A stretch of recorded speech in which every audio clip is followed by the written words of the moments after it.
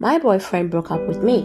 Apparently, I snore too much and I eat too much these days. I don't get it. So, yeah, I get maybe I gained a few pounds lately, but not exactly my fault. Going to the gym as a calling. But yeah, he really did dump me last night at a restaurant, like when I was eating. And the worst part, I haven't eaten since, and I'm looking and I'm sad. You know what? Fuck this.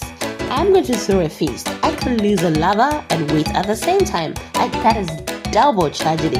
And let the food feast begin.